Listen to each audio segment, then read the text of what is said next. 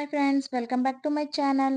ఈరోజు మన ఛానల్లో వినాయక చవితికి ఏ విధంగా ప్రసాదాలు ప్రిపేర్ చేశానని చూపించబోతున్నాను. ముందుగా పాల తాలికలకిను పప్పులో ఉండాలు ఉంటాయి కదా, రెండిట్లకి ఒక బ్యాటర్ ప్రిపేర్ చేసేసుకుందాం. ఒక కప్పు రైస్ పిండికి ఒక కప్పు వాటర్ అయితే సరిపోతాయి. ఒకటికి ఒకటైతే సరిపోతుంది, ఎందుకంటే రైస్ పిండే కాబట్టి త్వరగా మగ్గిపోతుంది. నేను 1½ కప్పు వరకు తీసుకున్నాను.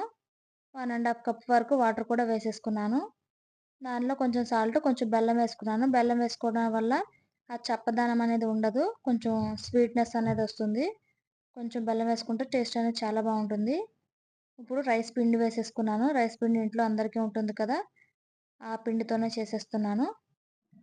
చాలా బాగా వస్తాయి ఎలాగైనా.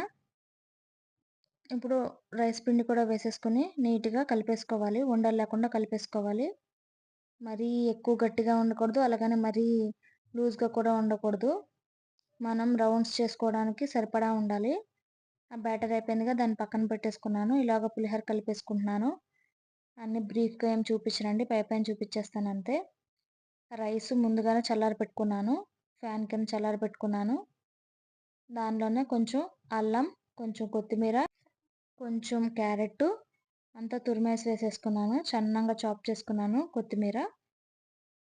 మొన్న ఇది కలపడం మిస్ అయింది కదా లాస్ట్ టైం పులిహోర చేసినప్పుడు, అందుకే ఇప్పుడు చూపిస్తున్నాను. ముందుగానే తాలింపు పెట్టుకున్నాం కదా, అదంతా కలిపేసుకుందాం దీంట్లో.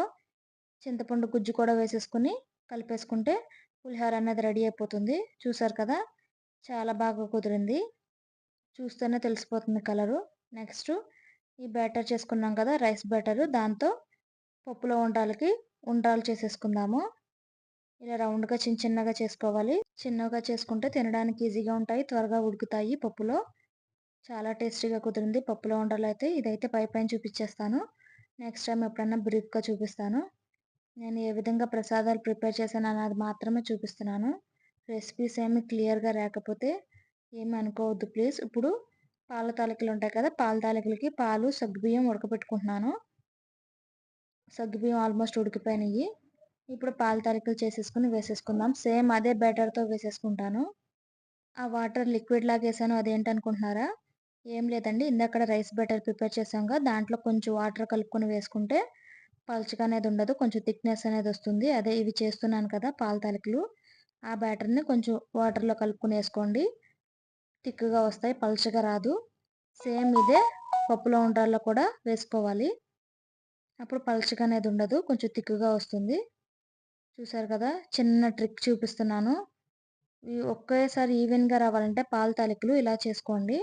కాకపోతే నేను మామూలుగా ఒత్తితే కొంచెం గట్టిగా ఉందని ఇలాగా రివర్స్ చేసి కిందకి ప్రెస్ చేసేస్తుంటే ఈజీగా వచ్చేస్తున్నాయి. మనకి ఎంత సైజు కావాలో అంత సైజు చూసుకుంటే సరిపోతుంది. అంత సైజు కట్ చేసేసుకొని వేసేసుకోవచ్చు.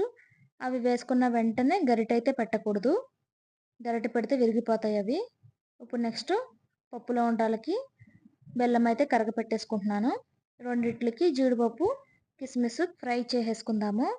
రెండిట్లకి ఒకేసారి పని అయిపోతుంది కదా.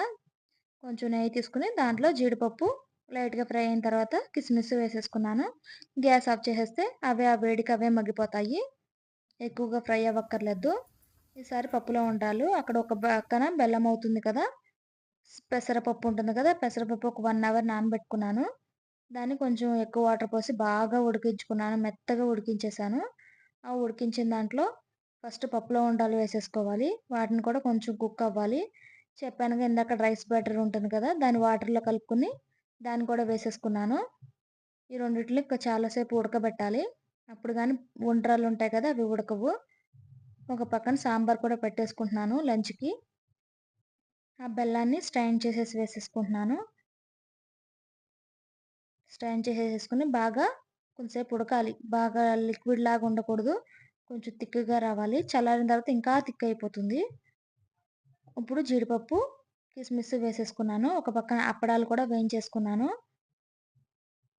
పూజ దగ్గర కూడా సిద్ధం చేసేసుకొని పూజ కూడా చేసేసుకున్నాను. మీరందరూ ఎలా చేసుకున్నారండి వినాయక చవితి? నేనైతే బాగా చేసుకున్నాను. చూసారు కదా, పిల్లలతో పూజ చేపించాను.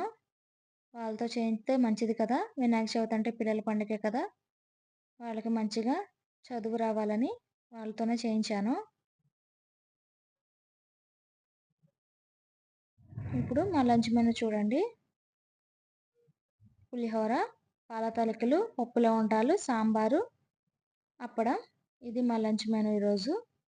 అన్నీ పర్ఫెక్ట్‌గా చాలా బాగా కుదిరాయి. టేస్ట్ అయితే చాలా బావుంది. నెక్స్ట్ టైమ్ ఎప్పుడైనా అన్నీ బ్రీఫ్‌గా చూపిస్తాను. ఈరోజు పండగ కదా! కొంచెం కంగారుగా చేయడమే సరిపోయింది. Thank you for watching friends. Thank you so much. Bye.